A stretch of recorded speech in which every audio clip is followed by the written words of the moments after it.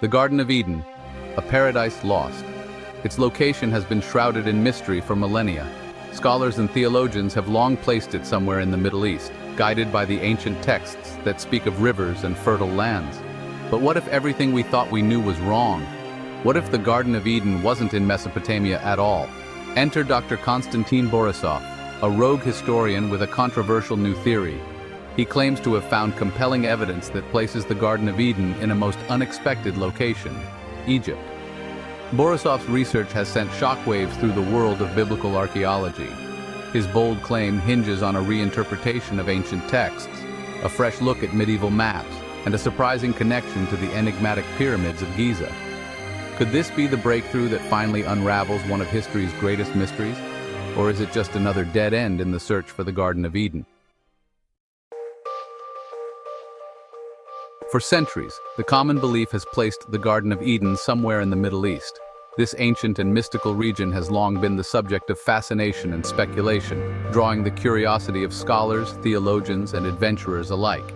The idea of a paradise lost, a utopian garden where humanity first flourished, continues to captivate our imaginations.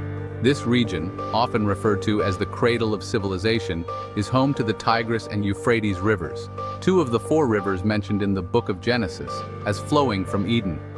These rivers have nourished the lands and civilizations that arose around them, playing a crucial role in the development of early human societies. The fertile plains between these rivers, known as Mesopotamia, are often considered the birthplace of agriculture, writing, and urbanization. The other two rivers named are the Pishon and the Gihon. Unlike the Tigris and Euphrates, the identities and locations of these rivers remain shrouded in mystery.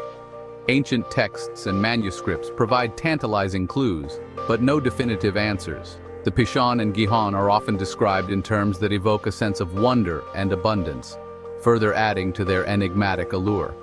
The Bible describes the Pishon as encircling the land of Havilah, known for its gold, and the Gihon as flowing around the land of Cush. These descriptions have led to numerous interpretations and theories about their possible locations. Havilah, with its rich deposits of gold and precious stones, is often depicted as a land of great wealth and prosperity. Cush, on the other hand, is traditionally associated with regions in Africa, adding another layer of complexity to the search for these rivers. While the Tigris and Euphrates are easily identifiable, the locations of the Pishon and Gihon have been subject to much debate and speculation. Scholars have pored over ancient maps, texts, and geographical data in an attempt to pinpoint these elusive rivers. Some have suggested that the Pishon and Gihon may have dried up or changed course over millennia, making them difficult to trace in the modern landscape. Traditional interpretations often attempted to locate all four rivers within a relatively close geographical area. This approach has led to various theories and hypotheses, each with its own set of supporting evidence and counter-arguments. Some scholars have proposed that the Garden of Eden was situated in a region where all four rivers converged, creating a lush and fertile environment that matched the biblical description of paradise. This led to various theories placing Eden near the Persian Gulf, in Armenia, or even in eastern Turkey. Each of these locations has its own unique geographical and historical features that could potentially align with the descriptions found in ancient texts. The Persian Gulf, with its rich marine life and strategic location, has been a focal point for many researchers. Armenia and eastern Turkey, with their rugged landscapes and ancient histories, offer alternative possibilities that continue to intrigue scholars. However, none of these locations could definitively account for all four rivers, particularly the elusive Pishon and Gihon. The search for these rivers has often led to dead ends and more questions than answers. Despite the frustration, the quest to uncover the true location of the Garden of Eden remains a compelling and ongoing endeavor. Each new discovery, whether it be an ancient artifact or a new interpretation of a historical text, brings us one step closer to unraveling this ancient mystery. The mystery of their whereabouts continued to fuel the search for the true location of the Garden of Eden. As researchers delve deeper into the past, examining every clue and piece of evidence, the allure of Eden endures. The Garden of Eden, whether it is a real place or a symbolic representation of a lost paradise, continues to inspire and challenge us. It serves as a reminder of humanity's eternal quest for knowledge, understanding, and a connection to our ancient origins. Dr. Borisov challenges the long-held assumption that the Garden of Eden must be situated near the Tigris and Euphrates rivers. He proposes that the Gihon, described in Genesis as flowing around the land of Cush, is actually the Nile River. Cush, in this context, would refer to ancient Nubia, a region south of Egypt that encompassed part of the Nile River Valley. This interpretation aligns with other historical texts that associate Cush with the Nubian civilization. But what about the Pishon? Borisov believes he has found a compelling answer for this as well. He points to the Indus River, which flows through present-day Pakistan and northwest India. He argues that in ancient times, the region surrounding the Indus was known for its gold, much like the land of Havilah described in Genesis. This connection, while geographically distant, offers a possible solution to the puzzle of the Pishon River. Section 4. Maps of the Past. Maps have always been more than just tools for navigation. They are windows into the minds and cultures of the people who created them, offering glimpses into how they perceived the world around them. In this section, we delve into the fascinating world of medieval European maps, which, despite their inaccuracies, hold a wealth of information about the beliefs and knowledge of the time. Further bolstering Borisov's theory are medieval European maps, specifically the Hereford Mappa Mundi, a large map of the world created in 1300 AD. This map is one of the most famous medieval Mappa Mundi, or maps of the world, and it provides a unique insight into the medieval worldview. The Hereford Mappa Mundi is not just a geographical representation. It is a tapestry of history, mythology, and religious belief. This map, along with others from the same era, depicts the Garden of Eden located in Egypt near the headwaters of the Nile River.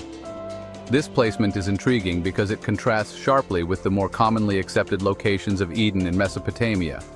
The Hereford Mappa Mundi, with its detailed illustrations and annotations, suggests that medieval scholars and cartographers had access to sources and traditions that have since been lost or forgotten. While medieval maps are not known for their geographic accuracy, they do reflect the knowledge and beliefs held at the time. These maps were often created by monks and scholars who combined geographical information with religious and mythological elements. The inaccuracies in these maps can be attributed to the limited knowledge and technology of the time, but they also reveal the symbolic and allegorical nature of medieval cartography. The fact that these maps consistently place Eden in Egypt suggests that this theory was prevalent during the Middle Ages. It raises questions about the sources of information that medieval cartographers relied upon. Were they drawing from ancient texts, oral traditions, or other maps that have not survived to the present day? The consistency of this depiction across multiple maps indicates that it was not a mere coincidence, but rather a widely accepted belief. Borisov argues that these maps, often dismissed as mere artistic creations, might hold clues to a lost understanding of ancient geography. He suggests that the mapmakers may have had access to knowledge that has since been obscured by time. The artistic elements of these maps, while beautiful, should not overshadow the potential historical and geographical information they contain. He suggests that the mapmakers may have drawn upon older sources, now lost to time, that placed the Garden of Eden in Egypt. These sources could have been ancient manuscripts, oral traditions, or even earlier maps that have not survived. The annotations and detailed drawings on these maps provide tantalizing hints about the information that medieval cartographers had at their disposal. While this is a speculative claim, the consistency of the map's depictions of Eden's location is intriguing and warrants further investigation. The repeated placement of Eden in Egypt across different maps suggests that there was a common source of information or a shared belief among medieval scholars. This consistency challenges modern assumptions about the location of Eden and opens up new avenues for research. Could these medieval maps be a window into a forgotten past? The mysteries they hold invite us to look beyond their surface and consider the deeper knowledge they might contain. As we continue to study these ancient maps, we may uncover new insights into the history and geography of the ancient world, and perhaps even solve the enduring mystery of the Garden of Eden's true location. Section 5. The Great Pyramid. More than a tomb. Perhaps the most controversial aspect of Borisov's theory is his claim that the Great Pyramid of Giza marks the location of the Tree of Life. This theory has sparked much debate among historians, archaeologists, and enthusiasts alike. The idea that such an iconic structure could hold a deeper, almost mystical significance is both intriguing and contentious. He points to the pyramid's unique geometry, its alignment with the cardinal directions, and its location at the heart of what he believes was once the Garden of Eden. The precision with which the pyramid is aligned to the north, south, east, and west is remarkable and has led many to speculate about the advanced knowledge and skills of its builders. According to Borisov, the pyramid wasn't just a tomb for a pharaoh, it was a symbolic representation of the tree of life, a conduit between heaven and earth.